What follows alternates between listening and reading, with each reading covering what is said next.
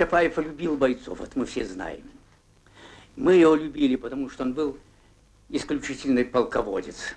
Мы знали, что под руководством Чапаева любая операция, которую он разрабатывал и которую осуществлял вместе с нами, только с нами, с бойцами, она будет успешной.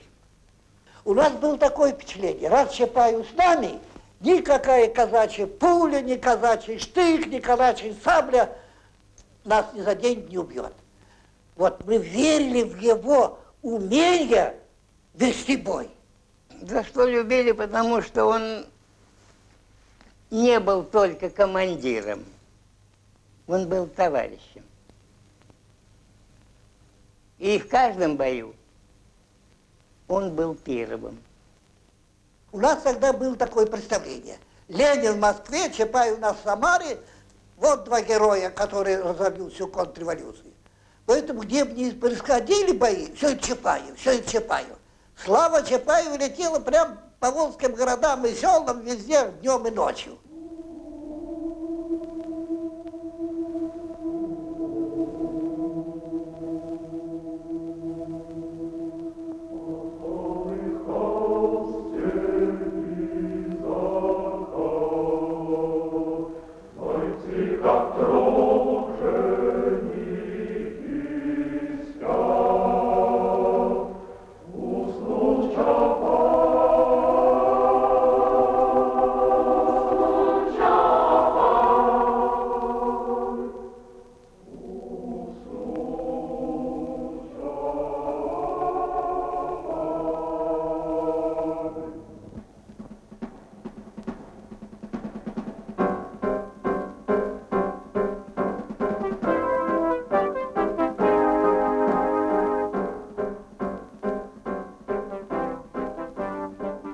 Откровенно говоря, не ожидал, что буду еще раз сниматься в фильме о Чапаеве. Чапаев – это и моя молодость.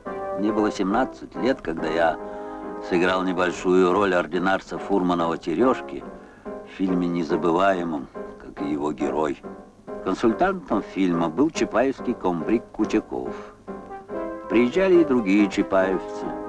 Многое уже тогда мы услышали, как говорится, из первых уст. Клавдия Васильевна, я вот никогда не встречал фамилии такой. Чапаев. Чапаев. Это прозвище, кличка была. Да? Нет, это, Клавдия Васильевна, тут нужно вот что уточнить, какое дело, что при крепостном праве у крестьян фамилии не было это вообще. Я знаю, да. И когда после я сам из этого дворянского состава. И после отмены крепостного права стали присваивать фамилии.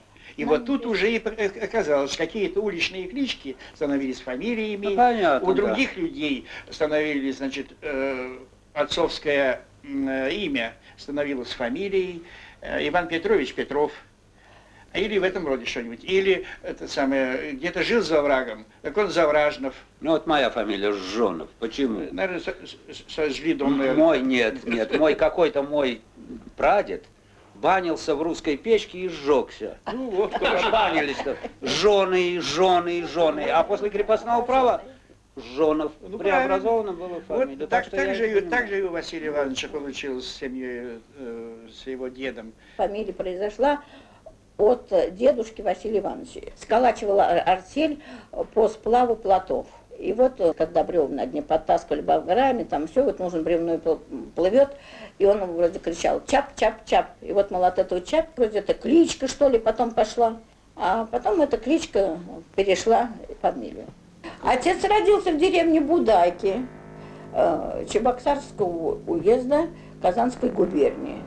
Он родился в 1887 году, 28 января старого стиля, 9 февраля нового стиля.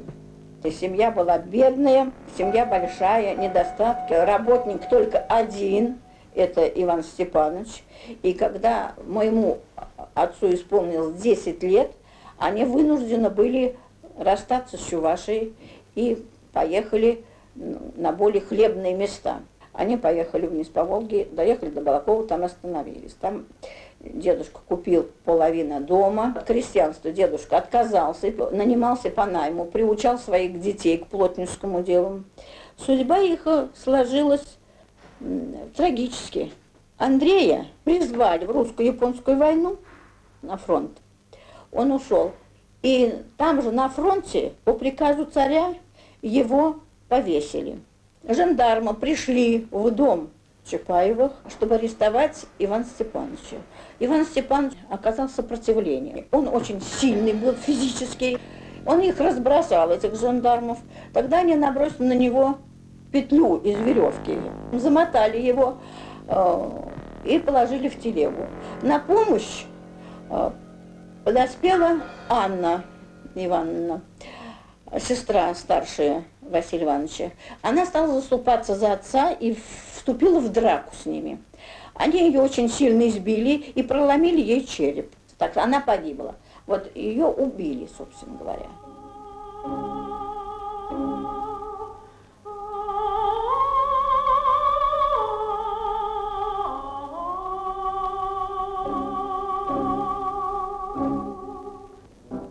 В 1908 году Василия Чапаева призвали на военную службу, но вскоре вернули, сочли неблагонадежным. Лишь когда началась Первая мировая война... Чапаев, рядовой первой роты, вскоре был направлен в полковую школу, которая готовила младших командиров, по-тогдашнему младших унтер-офицеров. В этой школе обучение шло где 4 месяца, где 6 месяцев. За оставшиеся, следовательно, 1,5 года Василий Иванович прошел все ступеньки солдатской службы. Был произведен в старшие унтер-офицеры, затем в фельдфебели, в подпрапорщики. За это время он был награжден Георгиевскими крестами 4 степеней и Георгиевской медалью не за общие какие-то подвиги целой роты, целого полка, а за свои личные подвиги в боях. Командование полка представило его к высшему солдатскому чину подпрапорщика. Служба в старой армии, на мой взгляд, была очень хорошим фундаментом для того, чтобы в новых революционных условиях вырос бы из Чапаева боевой, смелый, умеющий, знающий дело красный командир.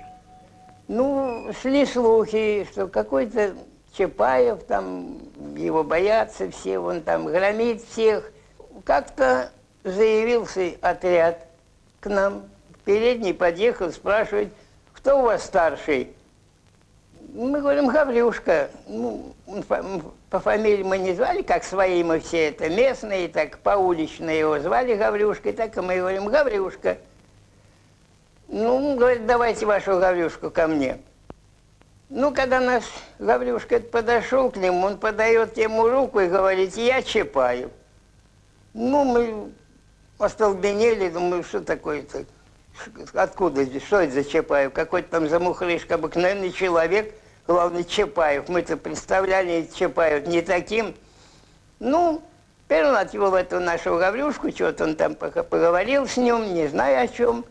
Ну, и стал садиться, подошел к лошади, стал садиться, я подошел к нему и говорю, дядя Чапаев, возьми меня в свой отряд.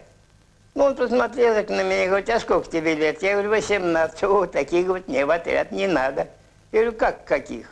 Почему? Каких? Я говорю, таких, которые командиру неправду говорят. И вот, говорит, иди домой, пусть тебя мама покормит кашей. Будь тебе 18 лет, я тебя тогда возьму. Ну, тут Гаврюшка подошел к нему и говорит, Василий Иванович, у него, говорит, ни каши, ни мамаши, говорит. У него он круглый сирота. А потом стали полки организовываться. Организовали полки, я попал в 3-й Николаевский полк. Рота у нас была специальная, все были одного села. Уже тогда они называли себя чапаевцами.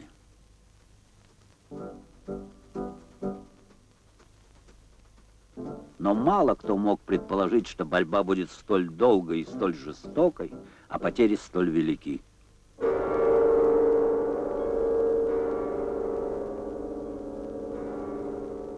Григорий Иванович Чапаев, военком Балаковского уезда, и 12 красноармейцев, его товарищей, были убиты во время кулацкого мятежа.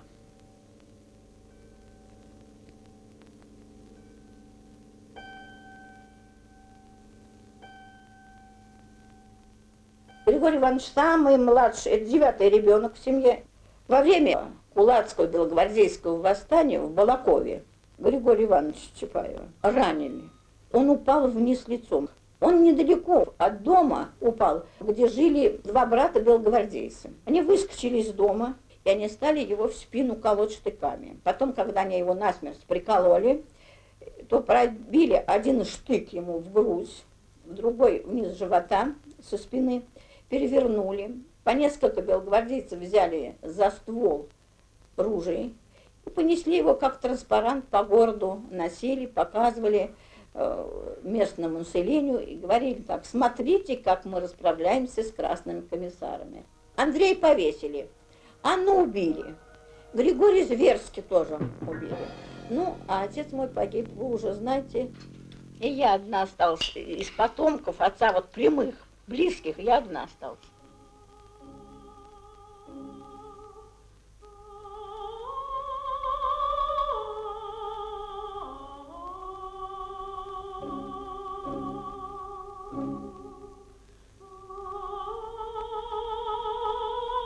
Каждому человеку хочется жить, каждый стремится к лучшей доле, но поступает по-разному. В партию большевиков Чапаев вступил в сентябре 17-го. Самое тяжелое время для большевиков, когда Ленин после долгих лет эмиграции вновь вынужден был уйти в подполье, когда правительство Керенского развязало террор еще более страшный, чем при царизме. Популярность Чапаева была настолько велика, что она, видимо, не нравилась некоторым военным деятелям, в частности, Хвесину. Был избран начальником этой Николаевской дивизии, избран бойцами Чапаев. В штабе армии, в армии, например, командующий тогда армией Хвесин, сказал, что выборной должности не может быть, должна быть должность назначенца. И отменили это выборное начало Чапаева и назначили командиром дивизии Захарова. Василий Иванович остался в этой дивизии вроде начальником бригады. Хотя, конечно, Чапаев был, как военный деятель, выше Захарова, бесспорно. Хотя у того тоже были заслуги, но выше, лучше. Он лучше понимал народ и лучше знал военное дело. Комиссару Семенникову в штаб политком Чапаева начальником дивизии не признают. Он не имеет технической подготовки. Кроме того, Чапаев заражен манией самовластия. Боевых приказов штаба не выполняет в точности. Это чрезвычайно опасно. Летом 18-го года красные части под натиском белочехов оставили Николаевск. Город небольшой, но с его потерей нависла угроза раскола всего Восточного фронта.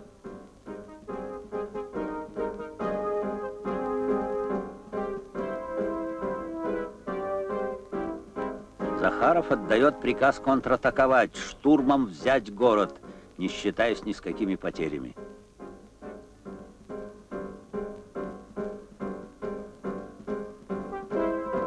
Чапаев посчитал приказ командира дивизии, который был отдан непосредственно полкам, ошибочным. И сказал командирам полков не выполнять. И дал указание одному полку пойти в обход Николаева примерно так за 17-20 километров, и другому полку пойти с другой стороны в обход. В случае чего, если, значит, чехи начнут отступать, то кавалерийский полк им ударит, значит, в тыл. Вот там так и получилось, значит.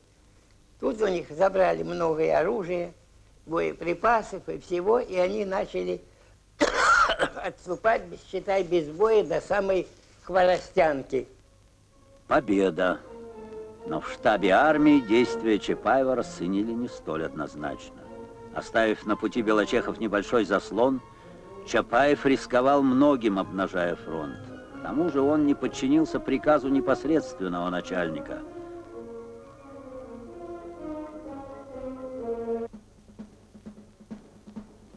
В это время на Восточный фронт прибыл Троцкий. Через 9 лет этот человек будет исключен из партии, выслан из страны. Но тогда ему еще удавалось скрывать свое истинное лицо. Он занимал видный пост в государстве – нарком военмор. Троцкому доложили о положении на фронте, о победе под Николаевском и поведении Чапаева. Вопрос о дисциплине в Красной армии тогда стоял очень остро. Командующий 4-й армией Хвесин считал, что Чапаев заслуживает наказания. Троцкий поступил совершенно неожиданно, наградил дивизию боевым красным знаменем. Особо отметил умелые действия 1-го и 2-го Николаевских полков, составляющих Чапаевскую бригаду.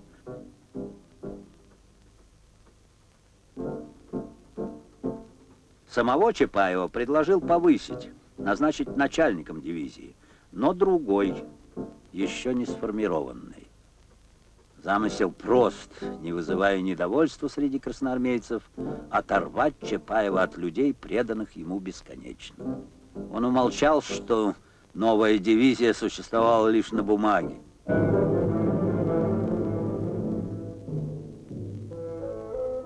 Второй Николаевской дивизии, невооруженной, неукомплектованной, меньше бригады, предстояло действовать в тылу белых армий, в отрыве от основных сил фронта.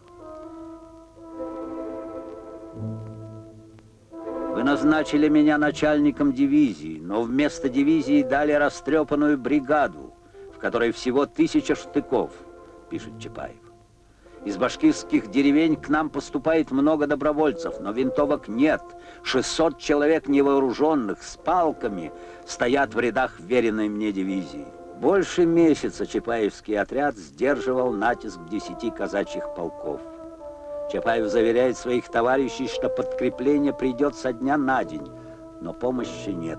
Куйбышев, будучи недолгое время членом Реввоенсовета 4-й армии, отдает распоряжение поддержать Чапаева броневиками, но его приказ остается невыполненным.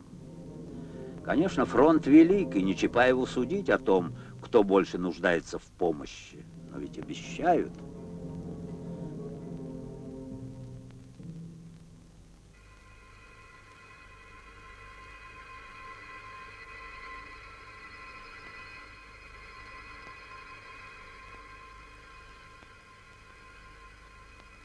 Положение критическое, и тогда Чапаев дает последнюю радиограмму.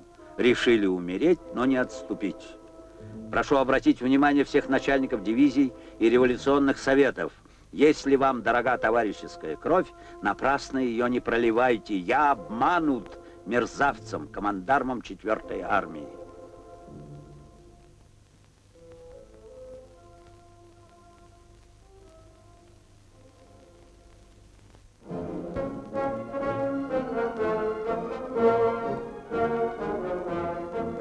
Чапаев все же вывел своих людей из окружения. Людская молва снова подхватила его имя. Снаряд один, второй, летят снаряды их. А наши орудия нет, молчат. Потому что в полку было всего 2 батареи, 2 орудия.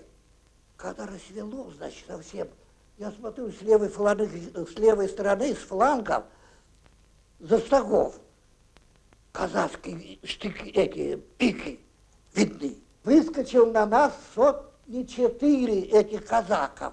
И в этот момент, как из-под снега, появились наши сани с пулеметами. Тра-та-та-та-та-та-та-та-та. Я видел, как первый конь вроде них споткнулся, упал, следует скачет на них пулеметы наши трещат. Отбили эту атаку, часть у них отступили. Мы говорим, вот Чапаев увидел, как, понимаете, создалась опасность. И тут у нас, значит, политрук встал во весь рост, когда подошли уже белые чехи близко, и громко крикнул, значит, товарищи, вперед, за мной, Чапаев с нами. И цепь остановилась. Мы открыли огонь, значит, они пошли в панику и начали отступать. 2 ноября 18 года состоялось заседание Реввоенсовета армии. Слушали дело Чапаева. Постановили дисциплинарным порядком отстранить товарища Чапаева от должности и по имеющимся документам предать суду. Отстранение поручить товарищу Хвесину. Арестовать Чапаева все же не решились. Вновь обратились за содействием к Троцкому. Предлог для отстранения вскоре был найден. Пришел приказ немедленно откомандировать Чапаева в военную академию для прохождения курса. Чапаев уезжает в Москву.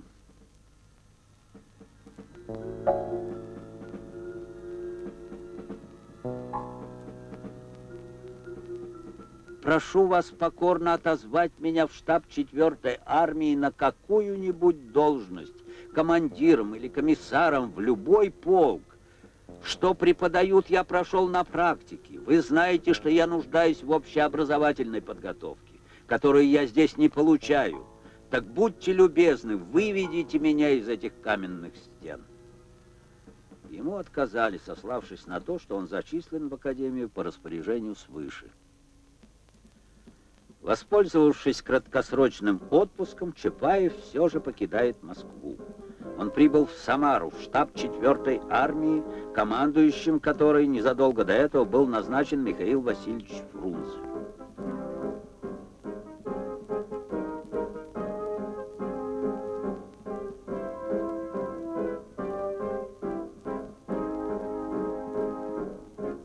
Чапаев напишет впоследствии, что он понимал и видел, как изучает его командующий, что и сам он присматривался и изучал командарма.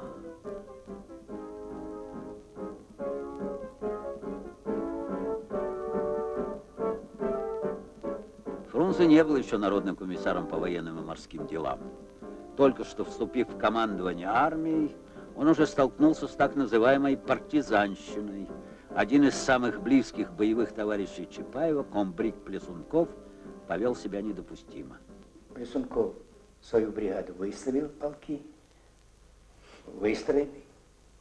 И когда он узнал уже, что командовать будет не он парадом, а другой командир дивизии, Да, 22-й. дивизии, который не участвовал во взятии Уральска, он тогда приказал распустить всех. Но сказал не потому, что там его командующий не значит, а что такой сильный мороз, а действительно очень холодно было, страшенный мороз был. Ну, нас развели опять по квартирам. Слух прошел, что Фрунзе это генерал старой армии.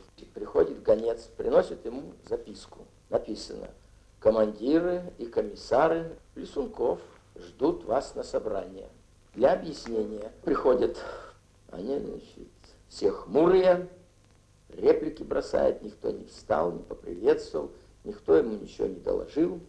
Он прошел вперед и говорит: вы меня вызывали? Я прибыл. Но я к вам прибыл не как командующий. Командующие на такие вызовы не ходят, они меры принимают. Я к вам прибыл как член партии большевиков. И рассказал, какую он вел революционную работу подпольную, что он дважды приговаривался царским судом к смерти, что присужден был к 10 годам каторги, на каторге провел 7 лет 9 месяцев, и что участвовал во всех революционных событиях, начиная с 5-го года, февральскую революцию и революцию 17-го года. А теперь мне партия доверила руководить армией. И теперь я вам скажу, как уже командующий. Если кто не будет выполнять моих указаний и требований, будет отвечать по законам военного времени. Повернулся и пошел. Они все встали, а из задних рядов предупредительно выскочили даже и открыли ему дверь. Несколько часов Фрунзе и Чапаев провели с глазу на глаз. Можно только догадываться, о чем они говорили. Фрунзе принимает решение назначить Чапаева начальником 25-й дивизии, той самой, которая была сформирована Чапаевым, которая выбрала его своим командиром. Когда уже он вернулся из академии, наш полк располагался под Уральском. Вот. И вдруг команда: смотр войск, едет Чапаев. Все ура, ура, шапки на штыки, поднимаем, ура. Там были бойцы 217-го Пугачевского полка, бойцы 219-го Домашкинского полка. Они все приехали оттуда, прибыли из уральских степей, которые знали Чапаева еще по 18-му году. Многие. И вот когда Чапаев явился к ним, значит, примерно его не видели месяца 2,5 или, может, месяца 3, что там такая была буря. Был митинг. Значит, митинг прошел великолепно. Чапаев выступал. Потом появилась на сцене знаменитая саратовская гармошка с колокольчиками. Сынок наш говорит, сейчас вам спляшет барыню. А я специалист был на это дело, значит. Ну, заиграла гармония, вышел, 2-3 колена сделал, значит, ударил под него, он вышел, но плясать не стал. Похлопал мне по плечу и говорит: спасибо, сынок, ты, говорит, потешил командира. Между прочим, Бабочкин встречался с Чапаевым именно в то время в штабе Фрунзе. Бугуруслан, Бугульма, Белебей. Дивизия переживала второе рождение, как и ее командир. Он горел как молния, скажет Фурманов.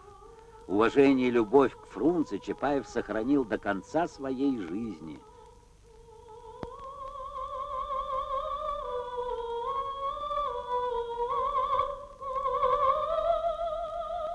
Но положение республики оставалось крайне тяжелым.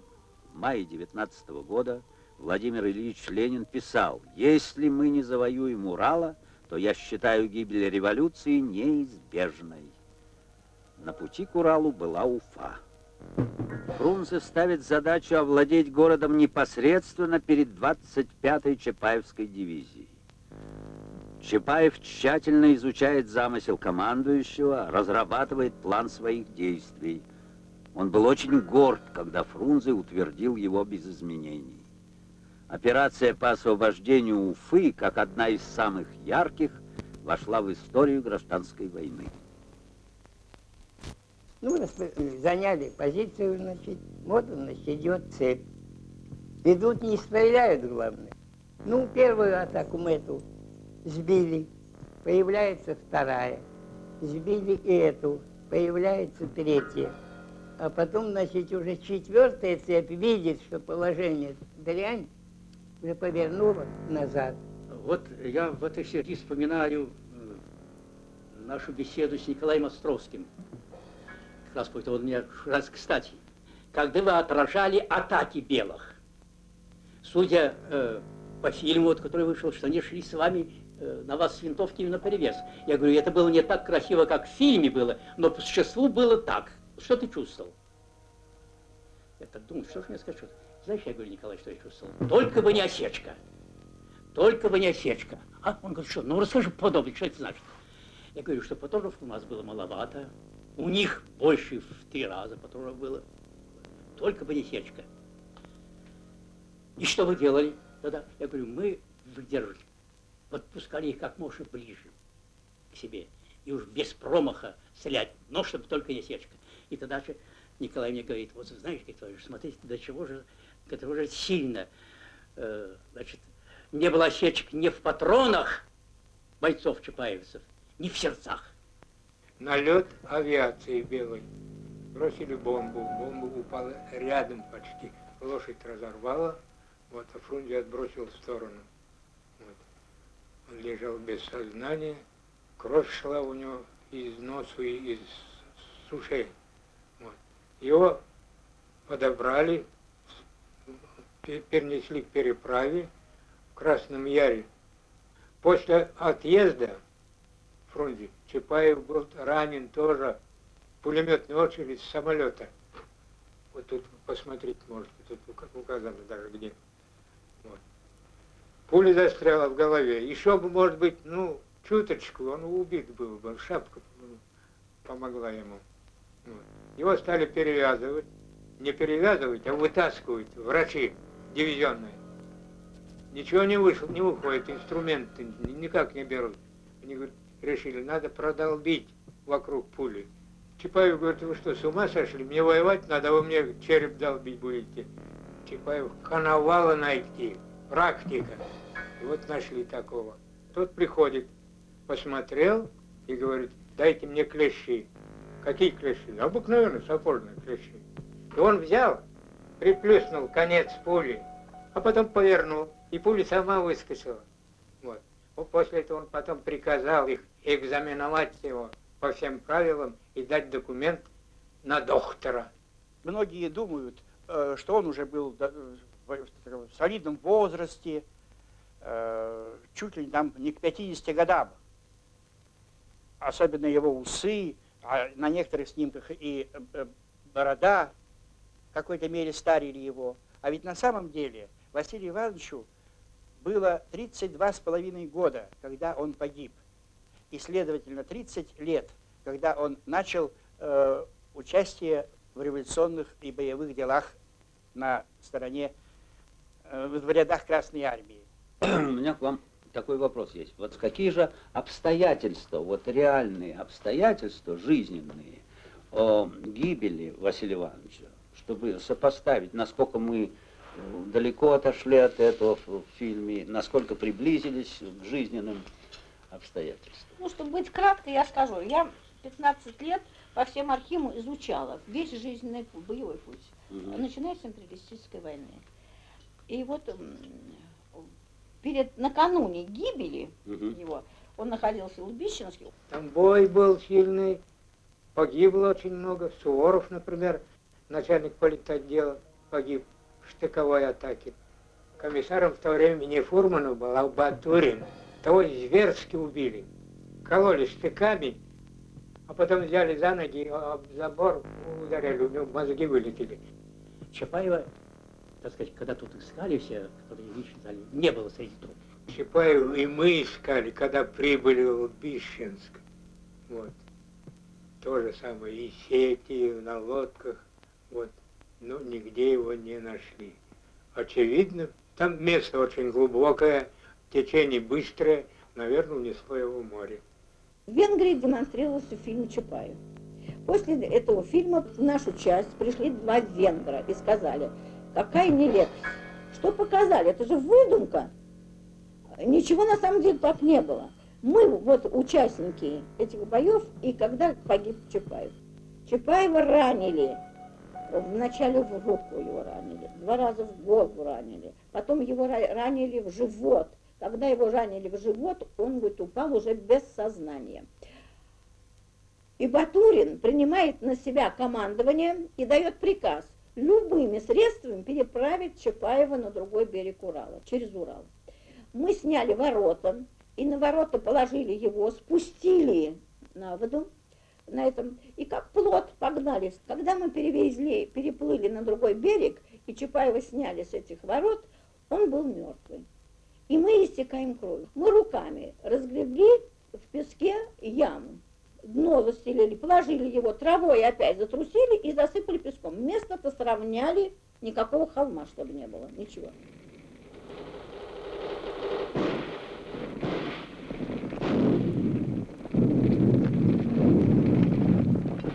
Многое так и осталось неясным.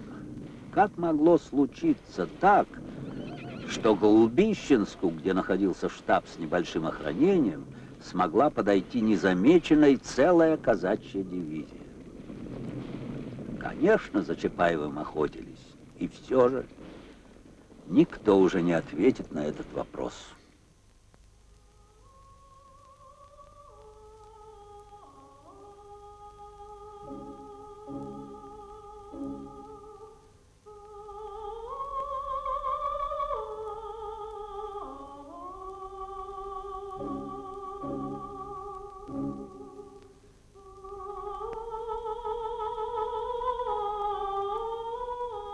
когда мы наступали на Уфу, когда же природа вся расцвела, лес распустился, и вот в одной роще засели колчаковцы.